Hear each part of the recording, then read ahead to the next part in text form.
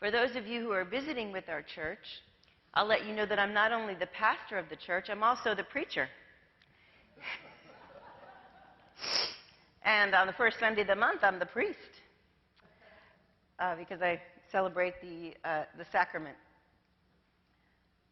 This morning, the passage that I've chosen to preach on, which is, I take a pastoral privilege, maybe it's preacher privilege, to choose the passage. So I've finished a sermon series last Sunday, and then I wanted this Sunday to be a service of thanksgiving, about giving thanks.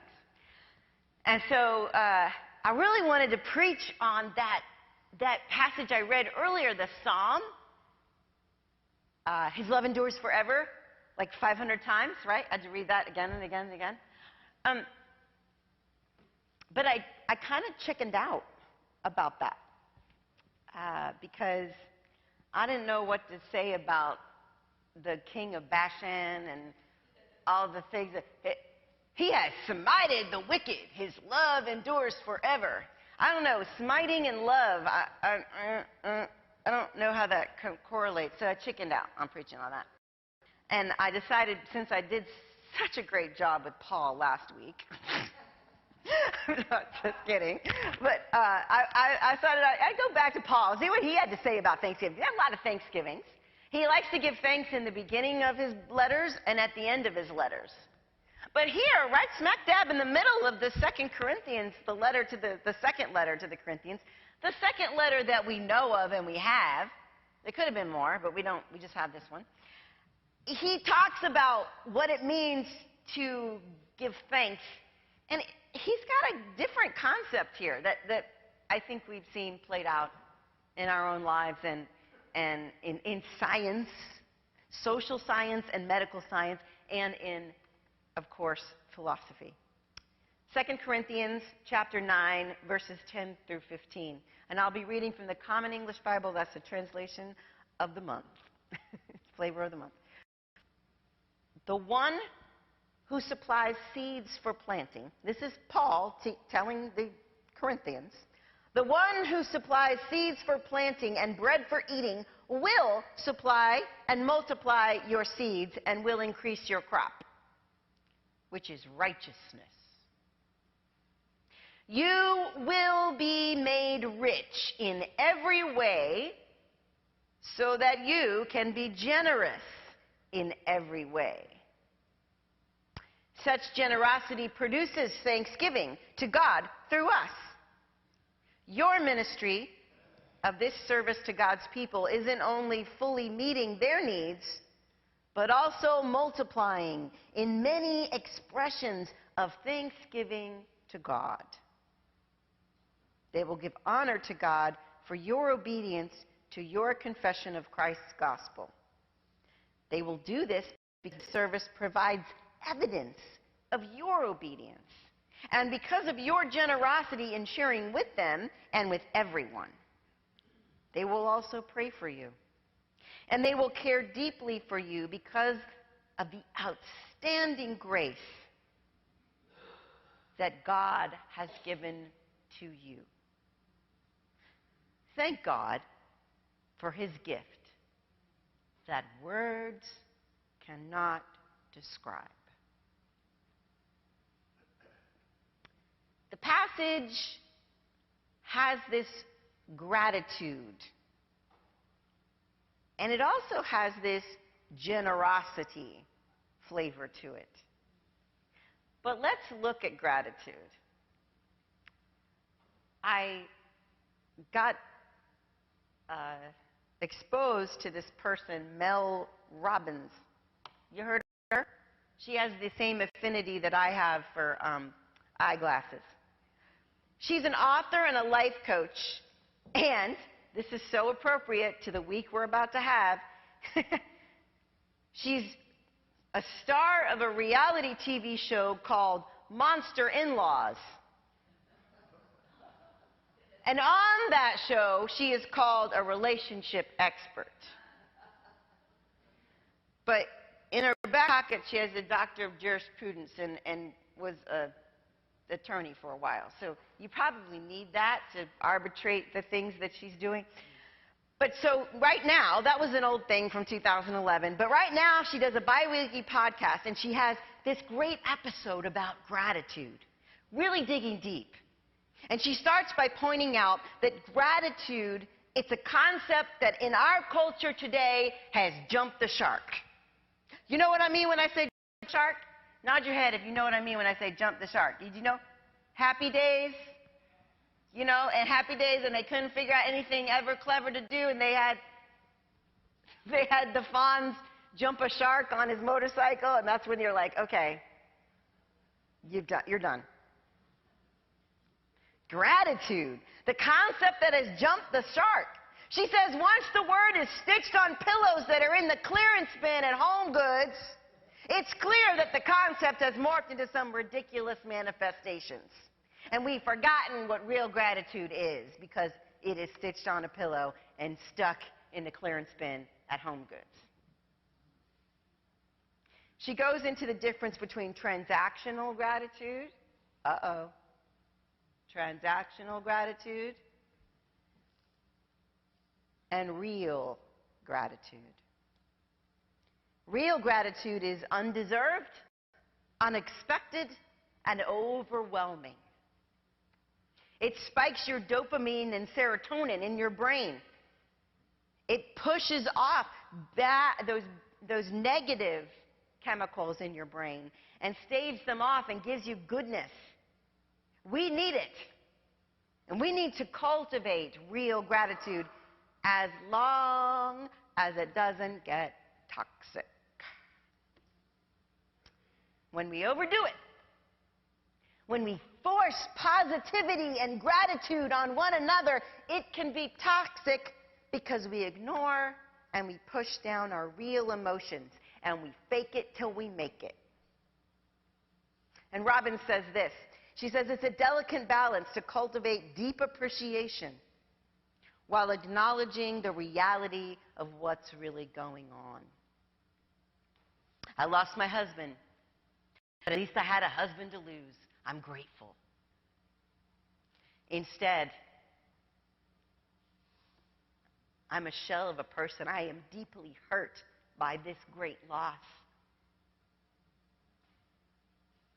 And the love that we shared will carry on in my heart as well. You see the difference there? You're sort of smoothing over the negative emotions with this whole idea of, I'm grateful that at least, you know. Is that real gratitude? Not really.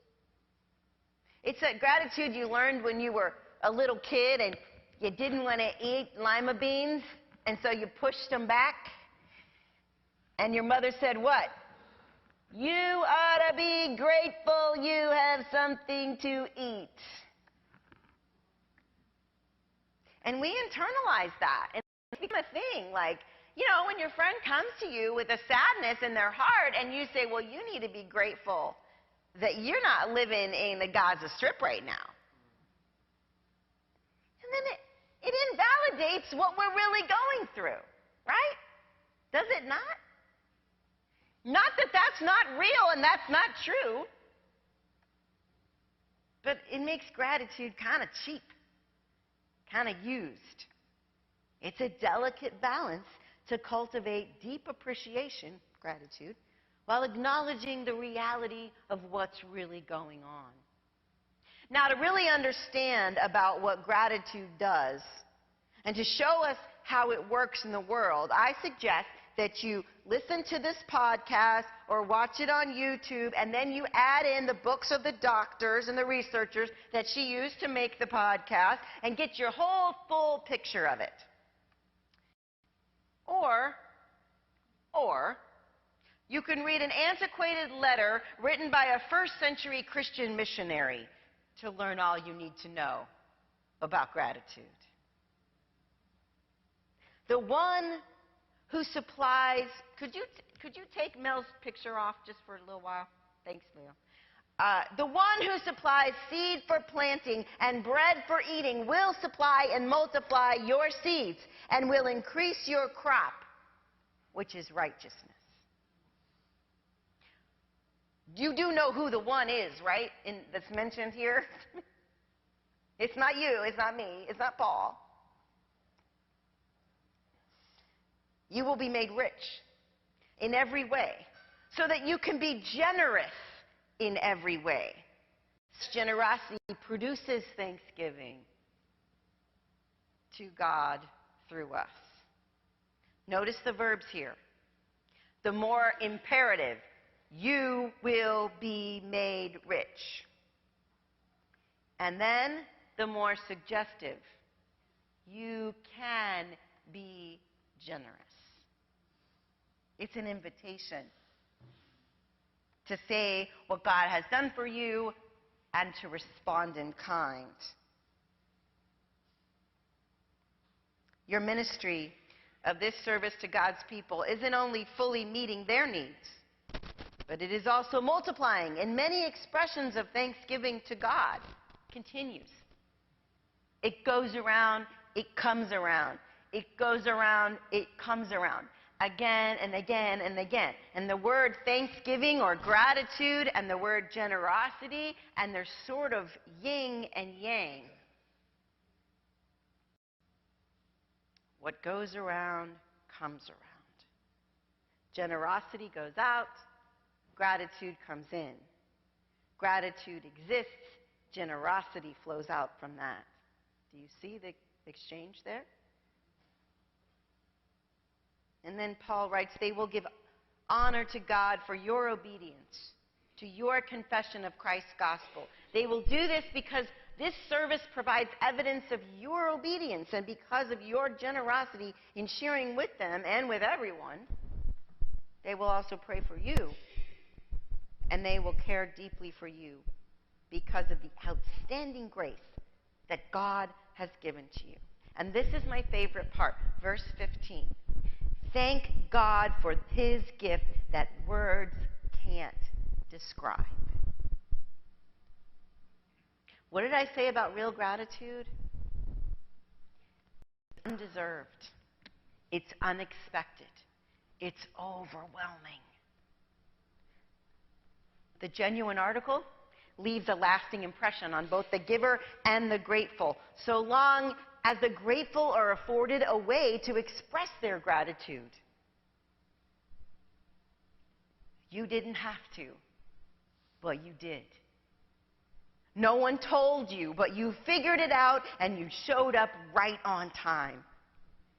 I expected trouble and strife, and all I got from you was love and grace. You will never know what your gift meant to me. And I'm sure you can think of other expressions that you have led out into the world and said to other people, and expressing this overwhelming gratitude. It's that kind of gratitude that will really help us, and it'll heal the world. And we have to cultivate it by, one, acting out of our own generosity, and two, having open hearts and open minds to recognize what is before us and what is being given. To recognize gratitude. There are two sides to it. And it goes around in a circle and it comes around again. Giving and receiving. They go hand in hand. When we are truly grateful, we reach out. We react to that feeling of being so grateful by being more generous to others. And guess what? When we do that, they're grateful. And then they do more generous things to others. And around and around and around it goes. And that's exactly what this passage is saying this morning. In the middle. It's not this like, I give thanks to you when I think about you, which is a great verse. That's in Philippians 1:3. But it's in the middle, and it's a theory that he has. He said, you need to be grateful to God, and when you're grateful and generous, other people will be grateful and generous. And gratefulness and generosity go hand in hand, and we need to do it, and we need to keep it up. Now, I know, as I look out among you, many of you are very, very generous people. People in the church are generous. This church. Uh, and I don't just mean with your resources. I mean with your time, with your talent, writing cards, calling people, making sure everybody's okay. Extending your friendship. Extending your friendship. Who needs to get a word of generosity from you right now? And if you put that generosity into the world toward that person, who knows how far that's going to go? When they're grateful, they're going to be generous. And those people that they're generous to are going to be grateful. And eventually it comes around all the way. This Thanksgiving, be generous and grateful. And be grateful and generous.